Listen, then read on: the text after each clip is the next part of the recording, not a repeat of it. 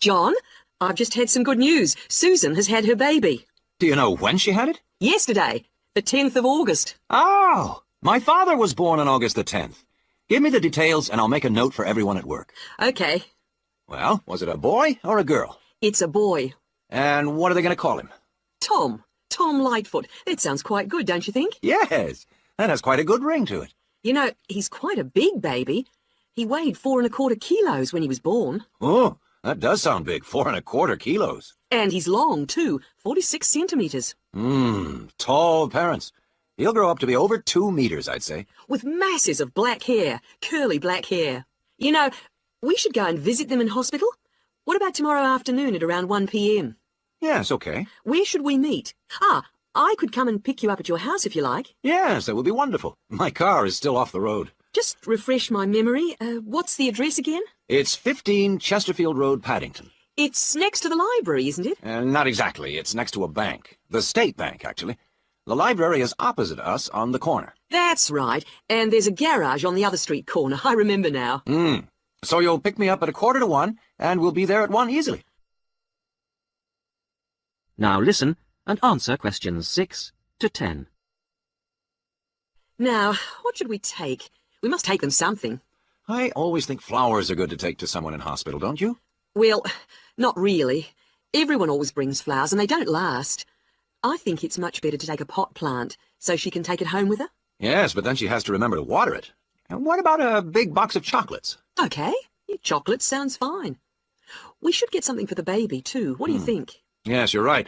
What do you think of something like baby shampoo or talcum powder? Or we could get a little hat or something like that. We don't know the size or the right color, do we? I think we should get something they wouldn't normally buy. What about a soft toy of some sort? Yes, a soft toy. What about a teddy bear? I could get one early tomorrow at the market, and I could probably get the chocolates there, too. Good. So you'll pick me up at 1:45 at my place, and I'll make sure that I've got the presents. You must remember how much you paid for the gifts, so I can pay you back for half. I'd say the chocolates would be about $15 for something nice and not too small, and the toy would be around $35 or so, I think. Good, that'll be fine. About $25 each then. Good. I'll pick you up then on Sunday at 12:45. Okay. See you then. Bye. That is the end of Section 1. Section 2. Now listen carefully to the radio programme and answer questions 11 to 16. Good evening. Tonight's show comes to you from the Good Home exhibition in Duke's Court, where we've been trying out some of the latest gadgets on show here and getting our resident expert, Liz Shearer, to tell us which ones are worth buying and which will die a death. Well, hello. Yes, John, I've been investigating 4 new household gadgets and sorting out the advantages and disadvantages and then really deciding what are must-buys, what are maybe-buys, and what are never-buys. Let's start with this vacuum flask for keeping drinks hot. Well, I felt this had quite a lot going for it. Most of all is the fact that it contains no glass and is therefore unbreakable to all intents and purposes. It's made of stainless steel, which is guaranteed for 20 years. Hope that's long enough. And it's true what the manufacturer claims, that it does maintain heat for 18 hours. So that's pretty good. On the downside, it really works out to be quite expensive, and much more surprisingly, it unfortunately leaves a strange taste, you know, when you've drunk from it. So all in all, my recommendation would be, it's got plenty of advantages, but it is rather expensive, so I'd say you should maybe buy it. Moving on to a natty little device, the whistle key holder.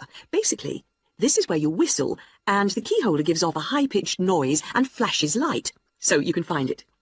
One advantage of this model is that it also has a small light. You press the button, and this means you can find keyholes easily. I also felt the small size was a real advantage. On the weaker side, I did find the noise unpleasant, which I'm sure the designers could have done something about. And I found that it didn't work through metal, so it's mainly useful finding in coat pockets, cushions, etc. But taken as a whole, I thought it was a masterpiece of design and would highly recommend it. Now listen and answer questions 17 to 20. The third gizmo is called the Army Flashlight because it was developed initially for military use. It works by squeezing the handle to generate the power. Its advantages are that it can be used for outside activities and also, and this is one of the surprising features, it does work underwater.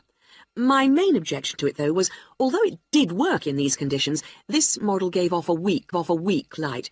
So my recommendation, I'm afraid, would have to be to avoid this one. The decoy camera was last on my list. This is a fake video camera which you fix to your wall to scare off burglars. The advantage of this model is something which makes it look very realistic. It's flashing light. On the downside, it was quite difficult to fix to the wall. However, burglary is such a major problem these days that it is worth the effort. So, this gets my strong recommendation. OK, thanks for that, Liz. And now I'd like... That is the end of Section 2. Section 3. Now listen carefully to the first part of the discussion and answer questions 21 to 26. Well, Amina, thanks for letting me have your draft in such good time. Oh, that's all right. I was just very anxious to hear what you think of it. You can see that I decided to change the topic. I had been interested in looking at Bering's factory. Oh, I think the hospital was a much better choice. In fact, well, I have to say that I thought it was good. Oh. There's still lots of work to be done. Oh, yes, of course. But there's plenty of good ideas. It opens well, and the first chapter is fine, but the middle section really stood out for me. Most interesting. That's amazing, because I really didn't find it a bit easy to write. How long did you work on the whole thing? Well, I spent about 2 or 3 weeks reading and doing general research, and then I dashed the writing off very quickly. So about 4 weeks in all. Well, that's about par for the course. You've got a while yet to make the changes. Oh, right. No problem. Right. Let's have a look at my notes here. Okay, starting with section headings. The broad divisions are good, but you'll have to redo the actual headings. I've made some suggestions in the margins. Okay, thanks. Now, this information on local housing. I can see why you put it there, but it really isn't relevant to the approach you've taken. I think I see what you mean. Now, what did I say about the interviews? Oh, I worked very hard on those. I really thought they were valuable. Oh, they are, Amina, but they're very complex and rather unclear at the moment. You're going to have to spend a bit of time making the data a lot clearer. Okay, as long as I don't have to remove them altogether. No, don't worry. What about the chronology, the list of dates? I wasn't sure whether I should rewrite those. My advice on that is to take them out. I feel it makes the whole piece appear too simplistic. Okay, if it'll help. Now listen to the rest of the discussion and answer questions 27 to 30. Now, there are a couple of other books I'd like you to look at. Have you got a pen? Right. Approaches to Local History by John Mervis. Right. And then I think you need to think about ways of representing interview data. Have a look at Sight and Sound by Kate Oakwell. Sight and sound. And you know I'm going away on holiday next week. Yes. So when you've made the changes, I suggest you show the work to your support tutor. Support tutor. Right. Then you do the proofreading. Proofreading. When by, do you think? I'd aim for the 29th of June. And after that, you should get it laser printed. But be careful, because the computer center closes on the 10th of July. And then I hand it in to... Oh, the faculty office, as usual. Okay, that's fine. I think I'm all set now. Thanks very much for all your help. A pleasure. See you when I get back. Yep. Thanks, Dr. Bryson. Bye. Bye. That is the end of Section 3. Section 4. Now listen carefully to the first part of the talk and answer questions 31 to 35. Good afternoon. I'm Paula Bundle, and I am giving you the lectures on environmental noise this term. Today, we're going to look into the effects of noise on a planned housing estate in a particularly difficult part of the new Manchester Park area. This site is not as bad as some I have researched in the past. The Blacktown Airport is closed from 6 p.m. to 7 a.m, and this is a great advantage to the site. The only noise after dark is from the highway, and the traffic is somewhat reduced between 7:30 p.m. and 5:30 a.m. So the people most affected by the noise will be, I expect, housewives. By the time most of the students and workers have arrived back home in the evening during the week, the noise will have abated to a fairly large extent. The weekends are still a problem, of course, but the traffic is certainly reduced on Saturdays to a large extent, and even more so on Sundays. Of course, modifications to houses will be necessary at a site like this, and they come at a significant cost to the developer and home buyer. The modifications I'm about to outline will add about $25,000 to the price of a newly built house. That will still mean a cheaper house than in a less noisy and more desirable area. A bit of background would not go astray. I understand that you are all familiar with the proposed development site at Manchester Park. It's a particularly difficult one in terms of noise, with the highway along the eastern perimeter and the Blacktown Airport not 3 kilometres away to the north.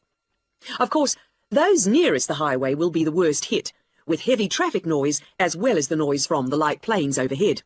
As you all know, the normal noise threshold for private housing is 55 decibels. At this site, the levels have been recorded as high as 67 decibels.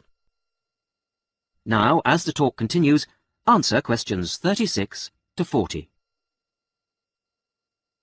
The construction of the houses has to be somewhat modified from houses in most areas.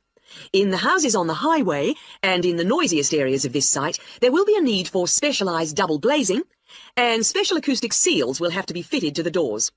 All exterior doors in this especially noisy pocket will have to be solid core wood doors with hinges. Every house built on this site, not just those adjacent to the highway or nearest to the airport, will require high-density insulation materials in the roof. Not only will all the roofs need insulating, the exterior walls will be required to be double brick. All ceilings will require double-thickness plasterboard to be used in the construction. In the noisiest areas, mechanical ventilation will have to be installed in the exterior walls. In those areas with sealed windows, it will be necessary to fit fans with absorbers to cut out the noise in those particular houses. Air conditioning units could also be fitted in the ceilings of such houses, but this is substantially more expensive than fans and may not be needed on this site. Coming back now to the double glazing I mentioned before, specialised double glazing requires a larger air gap between the inner and outer glass than normal double glazing. The gap must be at least 7 centimetres. The thickness of the glass is also a factor, 8 millimetres on the outside and 6 on the inside pane. It's essential that the glass be thicker on the outside than on the inside, and that the gap between the panes of glass be a minimum of 7 centimetres. Obviously, the noise factor will have to be taken into consideration with the layout of the houses. Living areas will have to be designed at the back of the houses, away from the highway. Bedrooms and living rooms will have to be built, and for those houses closest to the highway, 2 layers of plasterboard will be needed for the interior bedroom walls. Those rooms constructed at the front of the houses should be garages, laundries, kitchens, bathrooms and dining rooms. I have come to the conclusion that this development should go ahead, but with various acoustic modifications according to the position of the block in relation to the highway and intersection.